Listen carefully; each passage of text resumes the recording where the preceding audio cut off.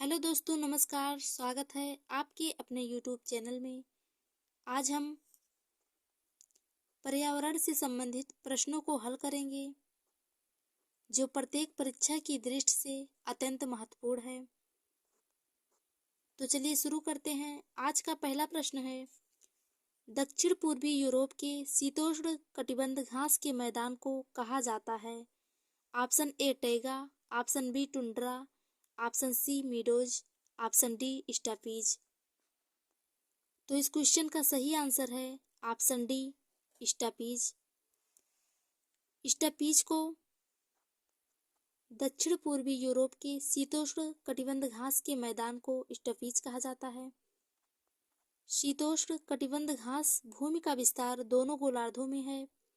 यह 23.5 अंश से 66.5 अंश तक पाया जाता है, अर्थात इन दोनों अक्षांशों के मध्य में पाया जाता है। इस प्रकार की भूमि उत्तरी अमेरिका, दक्षिणी अमेरिका, अफ्रीका, यूरोप तथा एशिया एवं ऑस्ट्रेलिया में पाई जाती है। अगला प्रश्न है, दक्षिण अमेरिका की सबसे ऊंची चोटी निम्न में से कौन है? Mount Cotopaxi, mount Etna, mount एकांकागुआ, mount Kilimanjaro. तो इस क्वेश्चन का सही आंसर है माउंट एकांकागुआ। यह दक्षिण अमेरिका की सबसे ऊंची चोटी है जिसकी ऊंचाई है 6,960 मीटर। दक्षिण अमेरिका में एंडीज पर्वतमाला नवीन मोड़दार पर्वत है।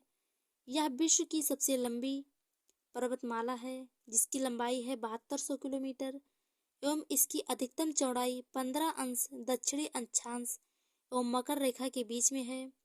इसी पर्वतमाला में एकांकागुआ दक्षिणी भाग में स्थित है, जबकि एंडीज के उत्तरी पश्चिम में आटाकामा मरुस्थल स्थित है जिसमें नाइट्रेट का भंडार पाया जाता है। अगला प्रश्न है, निम्नलिखित में से किसमें क्लोरोफिल पाया जाता है? यूग्लिना में, हाइड्रा में, जेलीफिश में, साइकान में। तो इस क्वेश्चन का सही आंसर है यूग्लिना में।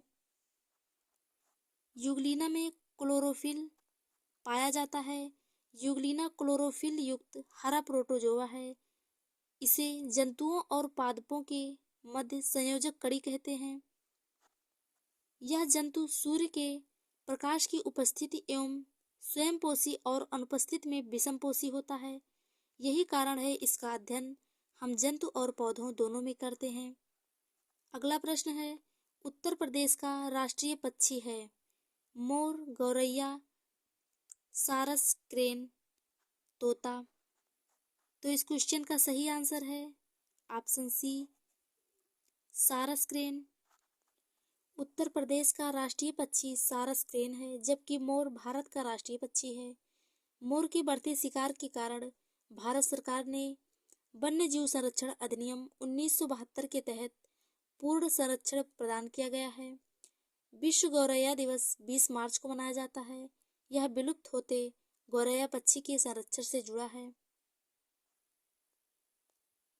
अगला प्रश्न है, निम्नलिखित में से कौन सा हार्मोन रक्त में कैल्शियम के स्तर को नियंत्रित करता है?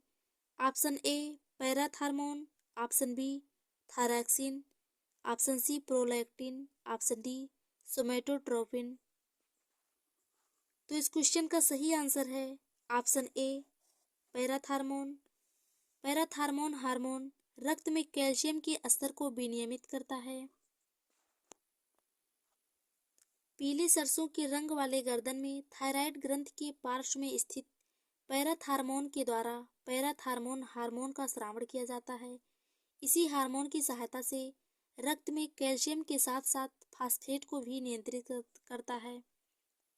अगला प्रश्न है, ओजोन परत की मोटाई मापी जाती है किलोमीटर में, डाप्सन में, फैदम में, प्रकाश वर्ष में।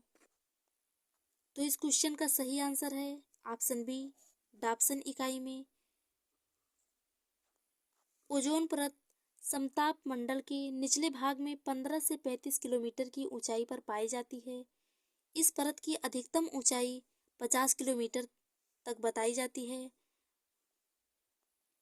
परंतु ओजोन का परत के रूप में 15 से 35 किलोमीटर तक ही है। ओजोन परत सूर्य से निकलने वाले विनाशकारी रेडिएशन से पृथ्वी की जीवन की सुरक्षा करती है, इसलिए इसे पृथ्वी का सुरक्षा कवच कहते हैं। ओजोन ऑक्सीजन के 3 परमाणुओं से युक्त एक अणु है जिसका रंग नीला होता है। अगला प्रश्न है, नाइट्रोजन स्थिरता करने वाले जीवाणु जड़ों में उपस्थित होते हैं। गेहूं की, धान की, दलहन की या उपरोक्त सभी की? तो इस क्वेश्चन का सही आंसर है ऑप्शन सी, दलहन की। नाइट्रोजन स्थिर करने वाले जीवाणु फलियों की जड़ों में विशेष संरचनाओं में पाए जाते हैं जिन्हें रूट नोड्यूल कहते हैं। फलीदार पौधे फेबेसी परिवार के हैं। अगला प्रश्न है, निम्नलिखित में से कौन सा खाने योग्य कवक है? Agaricus, Puccinia, Mucor, Rhizopus? तो इस क्वेश्चन का सही आंसर है option A, Agaricus. Agaricus mushroom की एक प्रजाति है जिसमें खाद्य और जहरीली दोनों प्रजातियां शामिल हैं। दुनिया भर में 300 से अधिक सदस्य हैं। खाद्य मशरूम की प्रमुख और आम किस्में एगेरिकस बिस्पोरस और एगेरिकस कैम्पेस्ट्रिक्स शामिल है। अगला प्रश्न है, मैंग्रोव पौधे पाए जाते हैं हिमालय में, सुंदरबन में, रेगिस्तान में या वर्षावन में? तो इस क्वेश्चन का सही आंसर है ऑप्शन बी, सुंदरबन में मैंग्रोव पौधे पाए जाते हैं। यह ऐसे वृक्ष होते हैं जो खारे पानी या अर्ध खारे पानी में पाए जाते हैं।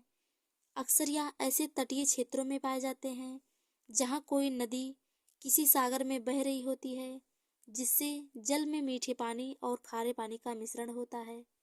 भारत में मैंग्रोव वन अंडमान व निकोबार द्वीप समूह व पश्चिम बंगाल के सुंदरबन डेल्टा में अत्यधिक विकसित है। इसके अलावा ये महानदी गोदावरी और कृष्णा नदियों के डेल्टाई भाग में पाए जाते हैं।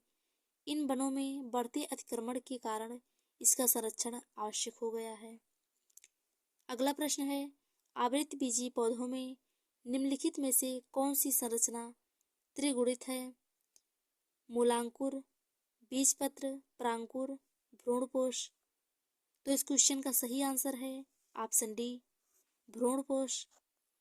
ऐसे पौधे जिनकी बीज आवरण से ढके होते हैं उन्हें आवृतबीजी पौधे कहते हैं। जैसे आम, भ्रूणपोष का विकास भ्रूण विकास के रूप में बढ़ता है। बीज के परिपक्व होने से पहले भ्रूणपोष पूरी तरह से विकासशील भ्रूण जैसे मटर, मूंगफली, सेम आदि द्वारा उपभोग कर लिया जाता है। आवृतबीजियों में लैंगिक जनन का अंतिम परिणाम बीज होता है। इसको प्रायः एक निषेचन